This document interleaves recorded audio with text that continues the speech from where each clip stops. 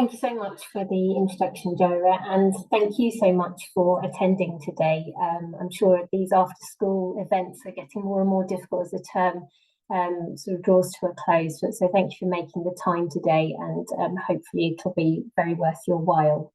So today, this is our final webinar, actually, in a series of webinars that we have done as a teaching and learning team. And today I'll be focusing on developing confidence in speaking with regard to the Pearson Edexcel new GCSE for 2024. So my name is Kate Benile. I'm a product manager on the teaching and learning resources, and I'm leading on German. But also on the call today, we have my colleagues Fiona Price, who leads on Spanish, and Jérôme Garnier, who leads on French. And please rest assured that whilst I'll show you lots of different resources in all three languages, anything that I show you for one language, we will have an equivalent in the other languages. So you can be assured that the students will get the same experience across the three languages. So just having a look then at our aims for today. So by the end of today's session, hopefully you'll have greater familiarity with the different speaking tasks that are within our resources, and an understanding of how to use these resources to prepare students for their speaking tests.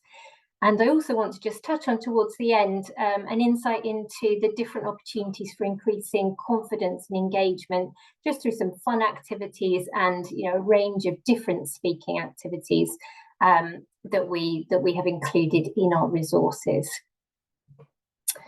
So first of all, then, just wanted to take a moment to reflect on the speaking test experience as a whole. So really is quite a momentous exam. It's that one-to-one situation where students are really quite exposed, I think. And for that reason, I think many of us never forget it.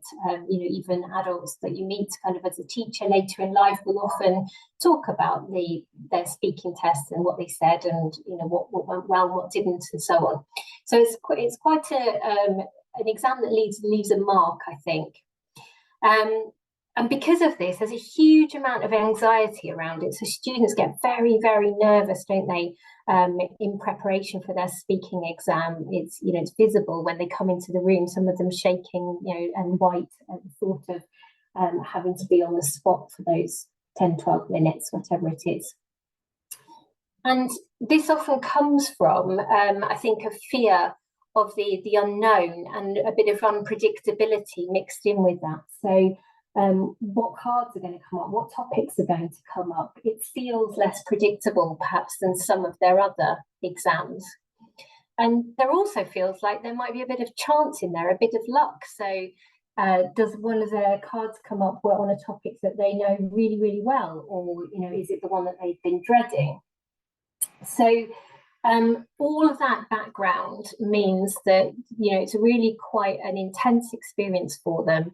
And then you throw into that 25% of their marks come from this very short period of time in which there is so much to think about. So getting in their complex structures, making sure they cover all the points that they need to cover, that they use all their tenses very well, that they use that range of vocabulary. And there's just so little time in which to show off their best. So that context, I think, really sets the scene for why we wanted to make sure in our resources that students really got so much practice of these exam style tasks that they would hopefully develop their confidence and feel brave enough when the time comes to show off their best. So in terms of our course structure, so those of you that have attended our webinars before will have seen this slide here. And this just breaks down the sort of main components of our course. And first of all, we've got what's in a module, and the bits that are in the rectangles or squares there, you can see, are the bits where I'm going to draw out our speaking resources today.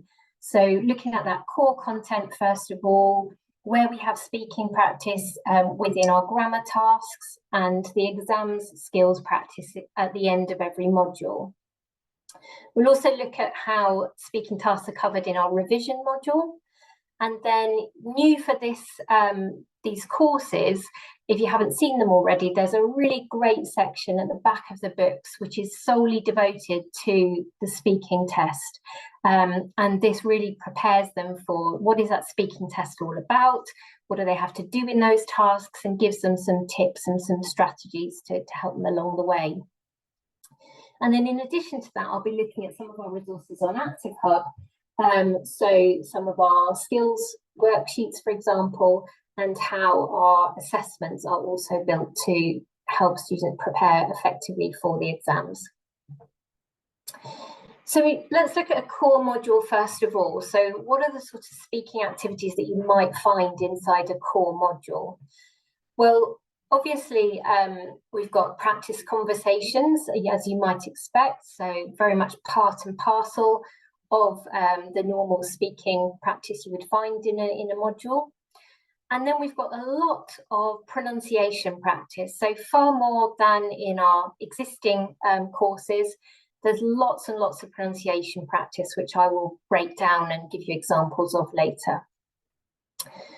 Photo descriptions also, so again, lots more of that in these books, perhaps than there has been in previous ones. And role play practice, of course, so that's going to be really important. Then in terms of our grammar, as you will know, I've already mentioned that our grammar pages at the end of the modules, they have some speaking tasks in. Which is unlike, again, perhaps our grammar exercises from the current courses, where they tended to be more read and write activities.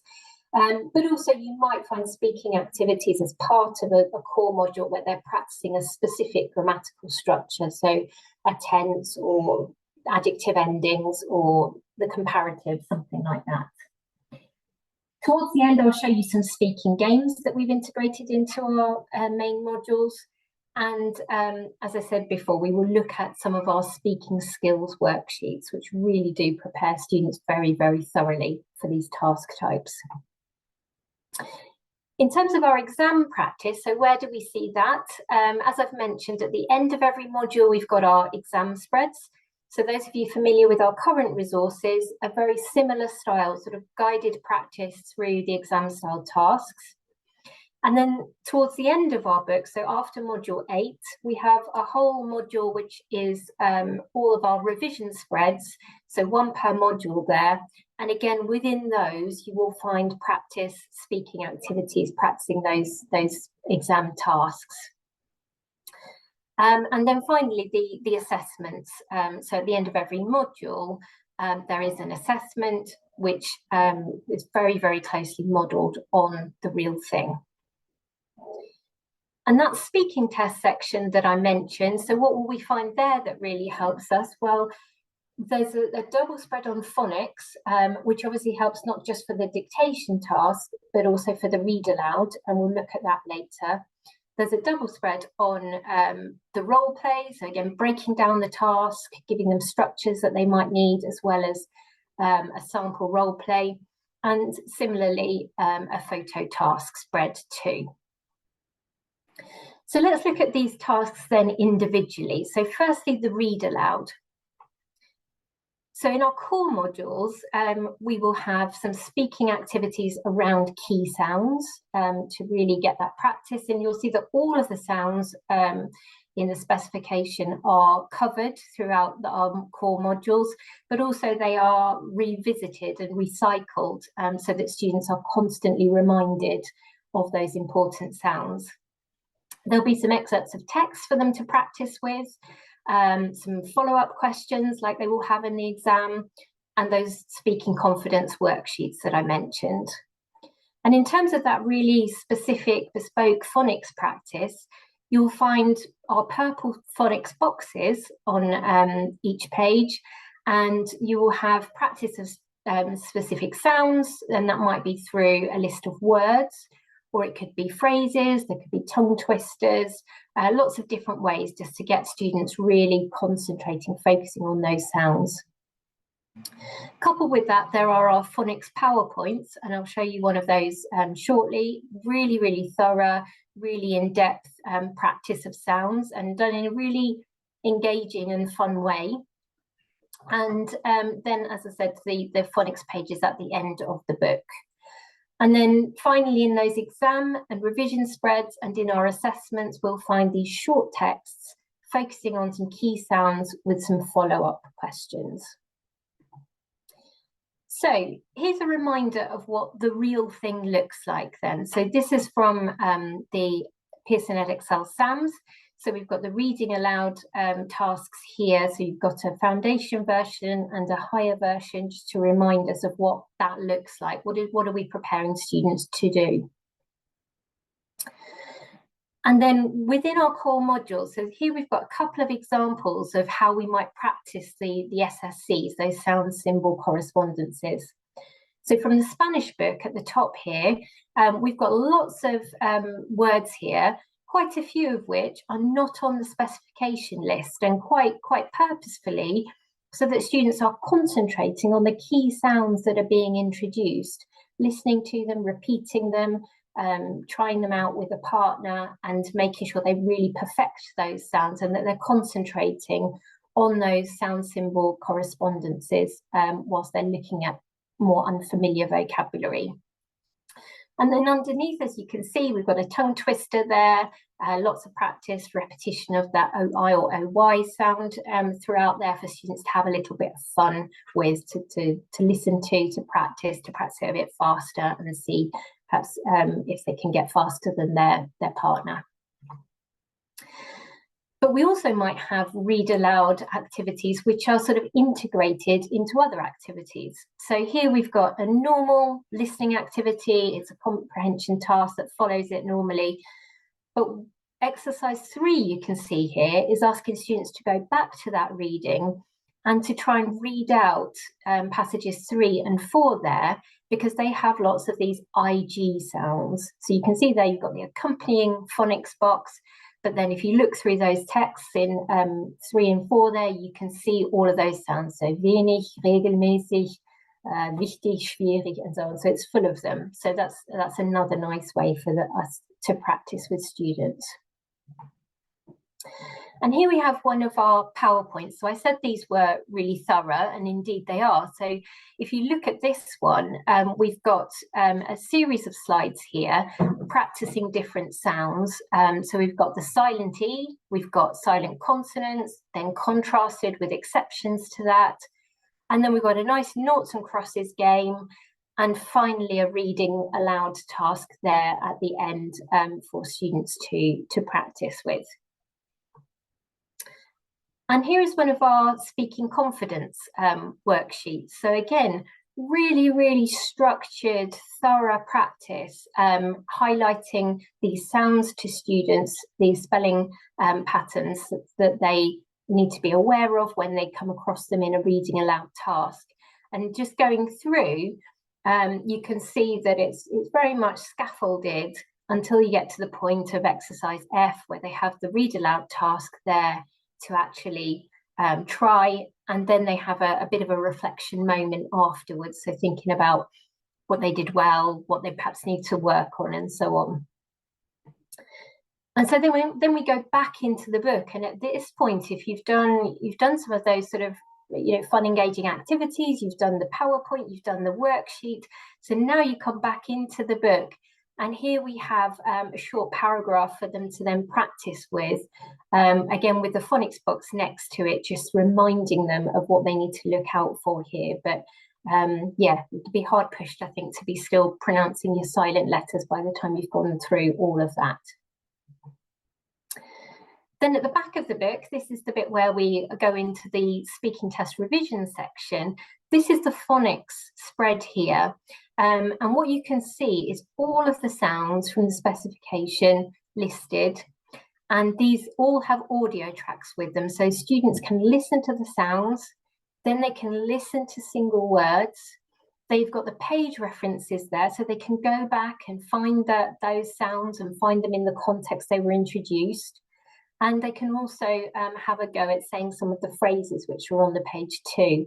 And as I said, all of those backed up by audio tracks. So it could be something that if a student is really struggling with some aspects of their pronunciation, could be something that as a teacher you guide them to do at home, to go and say, look, just go and listen to this sound again, just really try it, really repeat it until you think you've got it.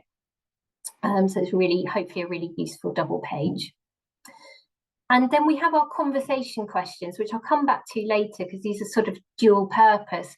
But of course, the read aloud task does have some follow-up questions where at that stage they're only answering really quite briefly. But here we have questions for each of our modules where you can clearly see the thematic context, and they can practice asking and answering those and preparing how they might answer them if they did come up in that part of the exam. So back into the core module then, and towards the end we've got our exam spread, and this is what a read aloud task might look like in one of those exam spreads there. So here we've got a German one, and you can see that the sounds have been underlined. So these are some of the sounds that have come up in the module that we want students to really focus on. So they've got that, they can look at the task, they can have a go saying it with their partner, and then they can listen and they can check their pronunciation. Or alternatively, you could do it the other way around, where perhaps they listen to a sentence and then they have a go with their partner and then they listen to the next sentence. So you can perhaps play around with different ways of doing that, but they're really good practice for those. And then they can listen to the teacher, as you can see in exercise 3, on the audio, asking the follow-up questions, and there's some activities to do around those. So I showed you at the beginning of this what the read aloud task looks like in the SAMs, and you can see here this is actually an hour assessment tasks, and you can see how closely we have followed the SAMs there. So it looks very, very similar. So students get a really realistic experience in their assessments of what the real thing looks like. So this is all about developing that confidence in them so that they just see these things over and over again, so that hopefully when it comes to the real thing and the stakes are high, some of the nerves have been taken out of it a little bit because there's that familiarity with these tasks. And then at the end of the book, as I said, we have our revision module, and this is just an example here of what a read aloud task might look like there. And as you can see, again, we've got some underlined sounds, we've got some sounds which are highlighted with some tips, some strategies around that. Again, students can listen and check how well they're doing with their pronunciation, and then the couple of follow-up questions there at the bottom that they can practice. So that was read aloud. Let's move on now to the role play. So role plays, I won't go through this in detail, but you can see how we cover them in the core modules, in the speaking support section at the end of the book, and again in our exam and revision spreads and our assessments. So we'll look again at some of these activities as we go through the next few slides. So first of all, again, just showing you from the SAMs, what do these look like, these role plays? So you can see there that we have got a higher version and a foundation version there, and that this one is actually in the German exam. So we tried to follow very carefully the structure of these role plays. So in our core modules, so what might they look like there? So here, this is an example from a German module, and you can see in exercise 5, there's a listening activity there which really sets them up for doing their own role play. So they've got a gap fill activity in which you hear some of the structures, the questions and so on that are going to be useful for them when they come to do their own version. So there's that little bit of just, again, that confidence building task to get them ready to do their own version of it. And then underneath there, you can see this one is around buying tickets, and you've got the scenario set up and the prompts in English of the things that the students need to say, but also well supported by the key language box on the right-hand side.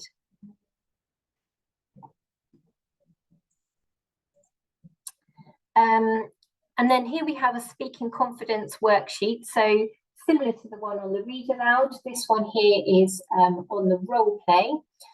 It's a French one, and as you can see there, we've got some guided practice going through some of the structures that they might need, and again, just really well scaffolded to take them through to actually doing the role play themselves towards the end. And again, they've got that moment at the end there to just reflect on, how did I do with it? What do I need to practice? You know, what's not going so well?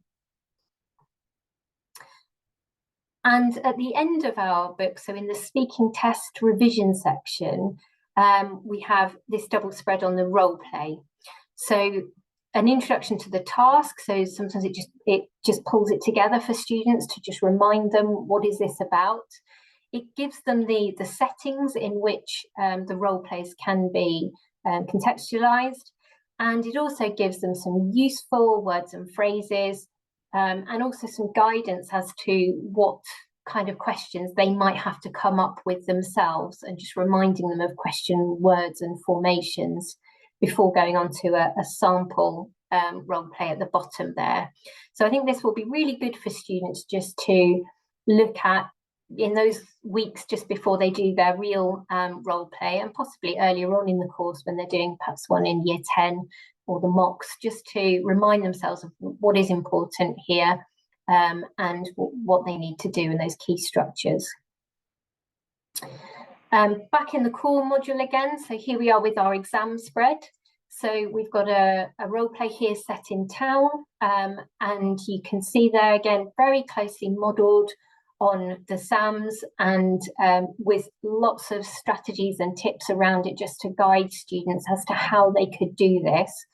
And the idea here would be that they prepare it, they have a go doing it where they listen to the teacher on the audio, and they kind of fill in the blanks, they do their parts of the role play.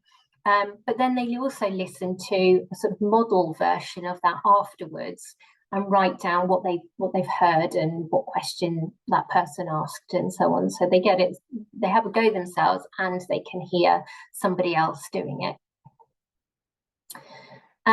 And then we come to our assessment tasks. So just like the read aloud, again, really, really closely modelled on the SAMs. So looking very similar, hopefully giving students that really authentic experience of a speaking test. And then our revision module, remember this comes at the end after module 8. So here we have one in Spanish, a role play card set at a campsite. And again, you can see the prompts there, but also a tip box just to the right-hand side. Again, just reminding students about that all important, the questions there, just how to form their questions, because that's going to be important. And then again, they can practice and listen and respond to the teacher on the audio. So that brings us then to the picture task. And again, I won't read all of this out, you can just have a look through. But again, all of the different ways in which this task is practiced throughout our resources.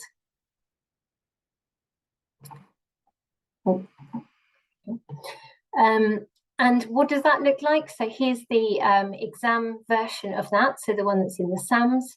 So we can see there what the students will get, and then what the teacher has, and the guidance on the questions that come up after that in the sort of more open conversation. So in a core module here, we've got here from our Spanish and German resources, how the picture task is introduced. So this is sort of the launch point for that task in the book. So you can see with the Spanish one, you've got 2 written descriptions of 2 different photos there. And really importantly, introducing that grammatical point of the present continuous, which is going to be really important for students to be able to say what's happening in that photo. And then going on to some listening, again, based around these structures. And then finally going on to an exercise in which students prepare and describe a photo themselves. And then very similarly on the right-hand side, you can see a German one there. And this, again, there are more activities actually on this page, but you can see you've got some written descriptions there. And at the bottom there, that's actually exercise 5. So you can see there's a few more things in between. But ultimately, students are going back and trying to describe a photo. And very importantly, following that structure of people, location, and activity to really make sure that they cover everything they need to. Again, here's a speaking confidence worksheet. So you've seen a couple of these before. So familiar format, very well structured, very well modelled, scaffolded, getting students through a number of different activities, increasing in complexity, including a nice noughts and crosses game there, to a point where they get to the end and they can describe photos there. And again, just making sure that they include all of the important points that they need to get across. The picture task, as we said before, does have some follow-up questions. It has a bit of an open conversation after it. So how is that bit of the task practiced within the core modules? Well, sometimes it's a matter of those kind of normal conversations, if you like, those normal pair work activities. So here you can see that there's a listening activity, which then sort of rolls into a speaking activity in which they're using some of what they've heard, perhaps just to give them some ideas and structures that they can use to answer questions about where they live. So lots and lots of practice of those sort of standard question and answer type pair work activities. But also, as I said before, at the back of the book, there are the conversation questions there. So obviously for the picture task, they need to be answering in a lot more detail there. So that they need to be thinking about developing their answers. But there's more than 10 or more questions for each of the modules there. So plenty of practice. And then back to the book and to the rest of the book. And we've got the revision spread there. And here is a picture task again. But as you can see, lots and lots of strategies around it, lots of tips, and also some questions there for students to try and answer as follow-up. And here is the exam spread, which I've talked about before. So again, this is one where it's modelled really carefully. So the students look at the photo card, they read how it sort of takes place, and then they listen to somebody describing the photo as a kind of listening comprehension task. But then they have a go at it themselves, and obviously, you know, there might be some bits there that they might use from the listening, but there's plenty to say in the photo that they could draw on other bits of it and create their own descriptions too. So that's the description, and then again, they would listen to the follow-up questions and do some work around some exercises around those, and then think about how they might answer them themselves. And finally, then again, the assessment tasks. So as I said before, very, very carefully modelled on the real thing. So again, hopefully once students get to these, it'll be nice and familiar. They will know what they're doing. And it'll feel like they've done tons of these before. In the speaking test revision section, we've already mentioned the conversation questions, which are useful for the picture task, but there is also a bespoke spread on the picture task itself. So this talks them through the process, so how it works. It gives them some key language there, again, just separated into those sections of people, location, activity, and we've just added the end there just to get them to now check what they've prepared. And then it gives them an example to work through and some possible follow-up conversations and how to really get the best out of their conversation. So we talked a lot about all of the exam tasks, and I said I didn't want to sort of end without thinking about how we increase their confidence and engagement in other ways. So I just wanted to look at some of the different activities that we've included that aren't specifically related to the speaking exam, but will hopefully enable students to go into that speaking exam thinking that speaking is actually quite a fun task, that they feel more confident, more fluent, and that it's something that they just enjoy doing. So here we've got some games that we've included, so a range of games here. We've got a French one there on the left, so a dice throwing game in which they are practicing possessive adjectives with people. The top one on the right there is a noughts and crosses game. Quite a tricky grammatical point there in German with the prepositions with verbs and those wo and da sort of compounds. Quite a tricky thing, but hopefully in terms of practicing it orally with in a noughts and crosses game, again, hopefully it takes the sting out of the complexity of the grammar. Underneath the French one, we've got a verb wheel there for them to try and construct their own sentences using different verbs that are around the wheel. And then the one on the bottom right is actually a Guess Who activity, which I think students always enjoy, don't they? Here we've got a couple of short games for vocab revision. At the top here, we've got a ping pong kind of game. So they are perhaps outdoing each other or competing against each other with advantages and disadvantages of different means of transport. We've got an activity there, comparative tennis, where they are creating sentences where they've got to put those words into, or the pictures into sentences with the comparative, and the other person's got to turn it around and disagree. And you'll see from the answers that they've got to think about adjective endings as well in there. And then the exercise number 4 underneath there is just getting them to create longer and longer sentences. So working in groups this time. And they don't realise when they're doing things like this that they are adding complexity, they are developing their language, they are speaking at greater lengths and so on, but because it's being done in a fun activity. Here, lots of different versions of Trapdoor. So you can see with all of the languages there, I think students always enjoy this. And again, it's one of those things where they don't realise what they're doing, but every time they get it wrong and they have to go right back to the beginning, they are repeating those sounds and again, hopefully gaining confidence in their oral skills. You can see the one at the bottom on the right has got a phonics box attached to it, so different versions of the S sound very much practiced within that. And here we've just got some nice little activities, really, a bit more unusual, a bit more creative perhaps than we've seen before. So top one in French there, so some parents have missed parents' evening. In pairs take turns to play the role of the teacher and record or read out a voicemail giving feedback on either Anna or Thomas. So that's a really nice activity that I think students will really love doing.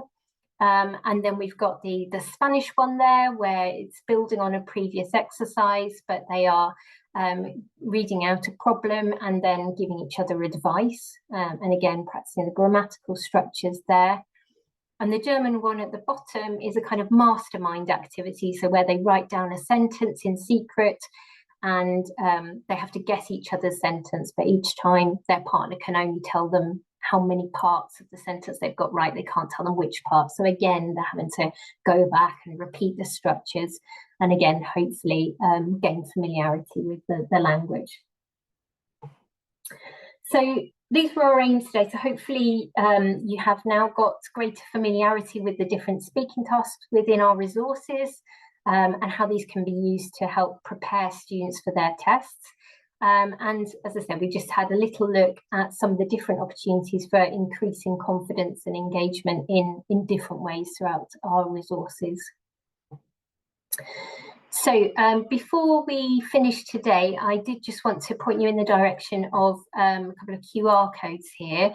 So the one at the top here is from our qualifications team who are running a series of Getting Ready to Teach events. So if you haven't had a chance to attend one of those already, there are still some happening, so please do have a look at those.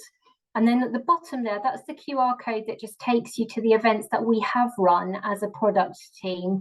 And those will, if you haven't managed to attend some of the webinars, they are gradually coming onto our YouTube account. So please do have a look there and see, okay, if you missed one, like you might want to have a look on YouTube and see if you can watch it from there. So I don't know whether there have been any questions along the way, but I know my colleagues have been perhaps answering a few. I don't know whether there are any more remaining, but Fiona and Jérôme, did you have any others that you wanted to sort of discuss? Right, sorry, I was just working out, so I just come off mute. Sorry, Jérôme, did you want to go first? I talked to the top of you then. No, there's one that just came through about how much time would you advise to spend on speaking skills on a weekly basis? Yeah, it's a difficult one, isn't it? Because I think sometimes it depends on the students in front of you and their skills. But as it is 25% of that final exam, I think I would be bearing that in mind in my planning and preparation. But added to that, I suppose there are some skills that students are more able to practice independently at home, and so you might want to have a slightly greater bias towards some speaking in class. But as we've seen, lots of the speaking activities are building on activities which involve different skills, so they are practicing their listening as well as those. So I think that sometimes there's a bit of there's a bit of a mix of skills in terms of preparing them for their speaking.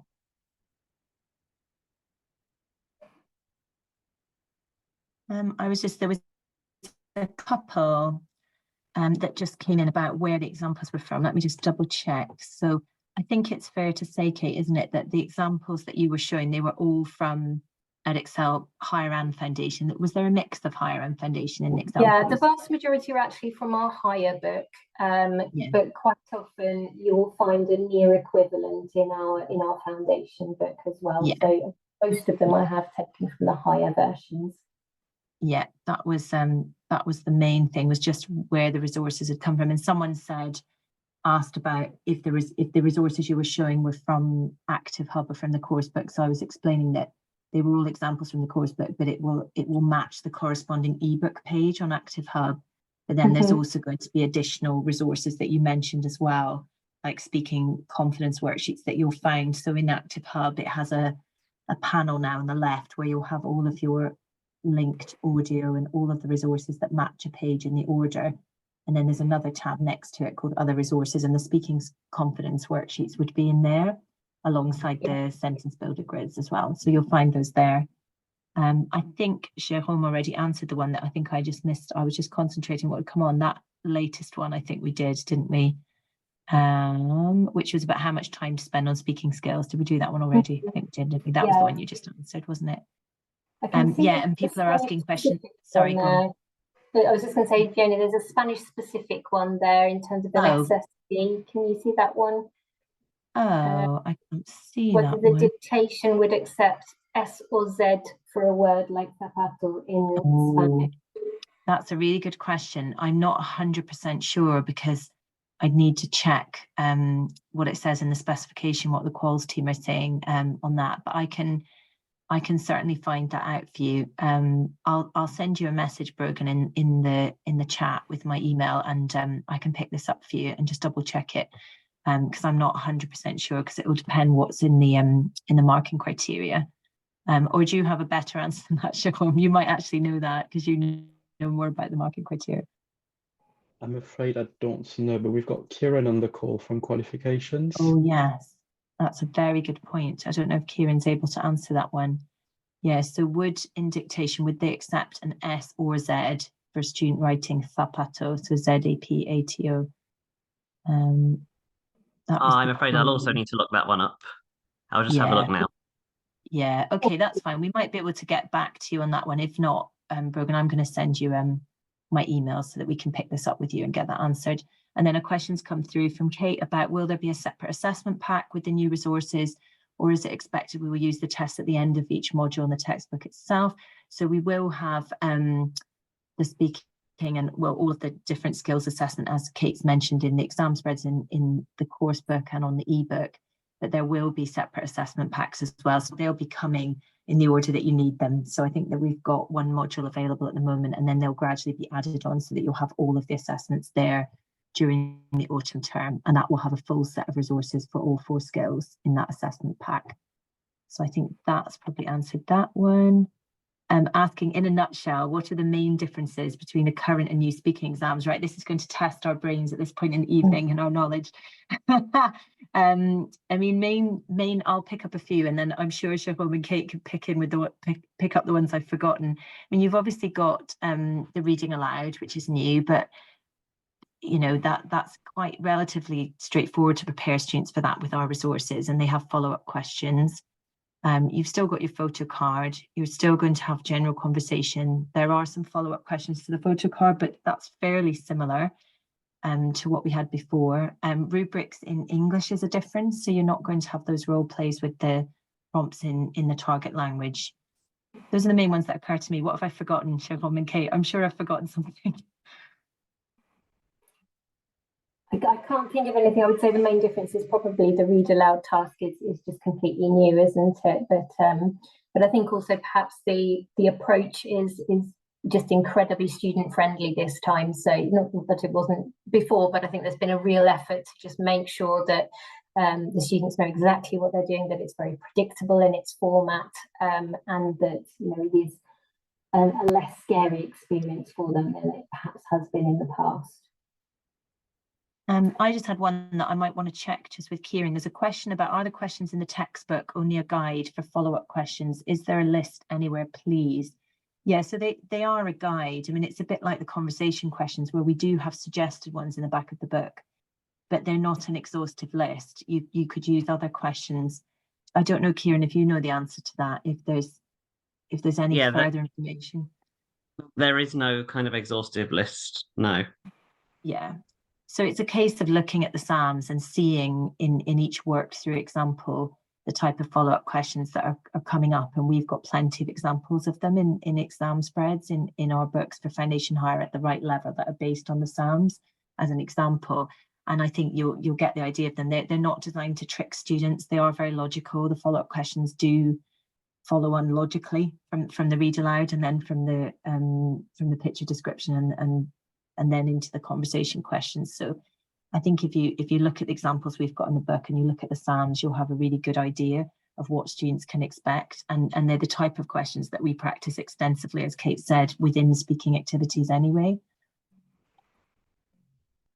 Yeah, I was going to say that in our planning, we certainly went through the SAMs with a fine-tooth comb and looked very, very carefully at the questions that were being used for the follow-up tasks and what was being suggested there, and really modelled our questions on those. So hopefully they'll give you a really good bank to help practice with students. Someone's asked about any chance you could explain the digital sequencing tool. I'm not very sure about that one.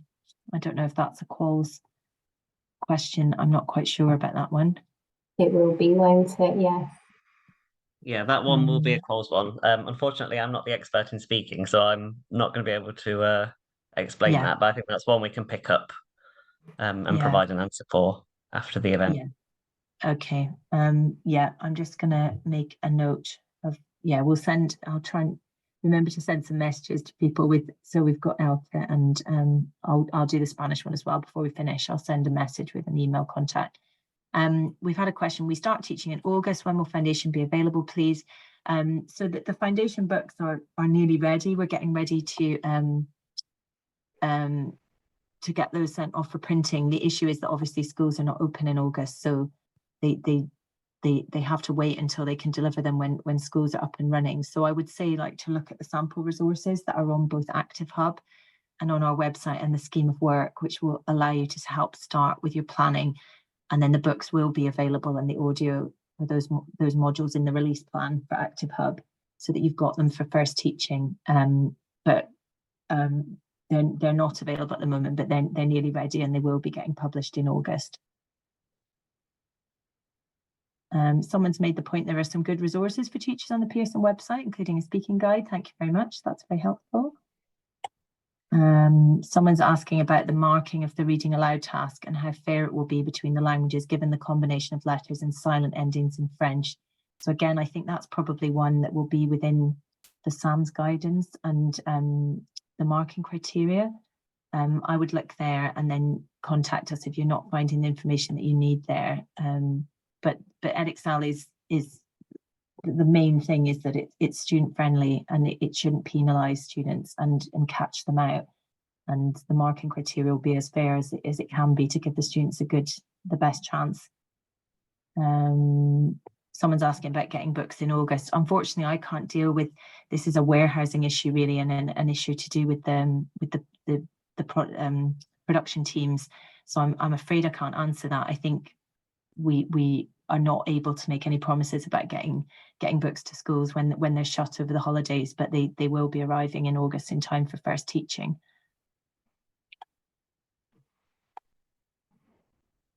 What ones have we got? Do you know approximately how much of the scheme of work vocabulary is covered by activities in the textbook? So the textbook, so our Pearson schemes of work for foundation and for higher, that vocabulary will all be covered by activities in the textbook. I don't know if that answers the question. That should do. And we've obviously got the summary pages for students with the key productive language, which comes at the end of each module as well. There's another one there regarding accents. So yeah, students, gracias. Yeah, with regards to like a South American accent, it's to do with continuity. So obviously, if you've got a student who either has South American background or they've learned Spanish and they're using that accent consistently, they're not going to be marked down as long as it's consistent. That will be fine. I'm not sure of the exact nuance of this. Again, this is really a quals question in terms of the marking criteria. If you have a student who's used a Spanish accent throughout and said gracias, and then makes one where they say gracias, I can't imagine that they would be marked down for that, but I'd need to find out the detail on that. But I'll check these and make sure I'm messaging people who are asking Spanish specific questions, so I can try and find out a bit more for you. I can answer that one for the read aloud. Okay, brilliant, thanks. Yeah, we would, if a student were using kind of a Latin American accent, that would be fine, as long as they can be understood. But it's not designed to be kind of, Peninsular Spanish specific. Yeah, brilliant. That's really helpful, Kieran. Thank you. Great, thank you. And in terms of the links that we've popped in the chat, I can see somebody's asking about getting the foundation books in August because they're teaching in August. And obviously nearer the end of this term, we might have a better idea of when they are likely to arrive. So I think we've put in our chat have we put there the contacts for the sales team yet? Yeah. I'll just check that. So it's MFL 2024 at pearson.com. So that's the one for any sales inquiries. So delivery of books would fall under that. Let's bring my chat. I'm just messaging Brogan about the Spanish query. I don't know if there's anything else, Siobhan, that I've missed. It's a similar one with regarding a francophone accent and intonation, but presumably it's the same answer, really, isn't it? That as long as they are speaking consistently, then it would be acceptable. Right. Anything else? I can't see any other unanswered questions. But by all means, if you do have a question, if something occurs to you over the next few days, just please do get in touch via email. So all of our emails are our first names. Mine's kate.banile@pearson.com. So very happy to answer any questions that do occur to you. But I think otherwise, if there are no other questions, I'll hang on for a few minutes just in case there are, but many thanks for attending today, and good luck with it all, and I hope you all have a lovely summer holiday when it comes. Thanks everybody. Thank you, Kate, for today's session, and thank you everyone for attending. We really hope you found it useful. Have a great day and stay safe.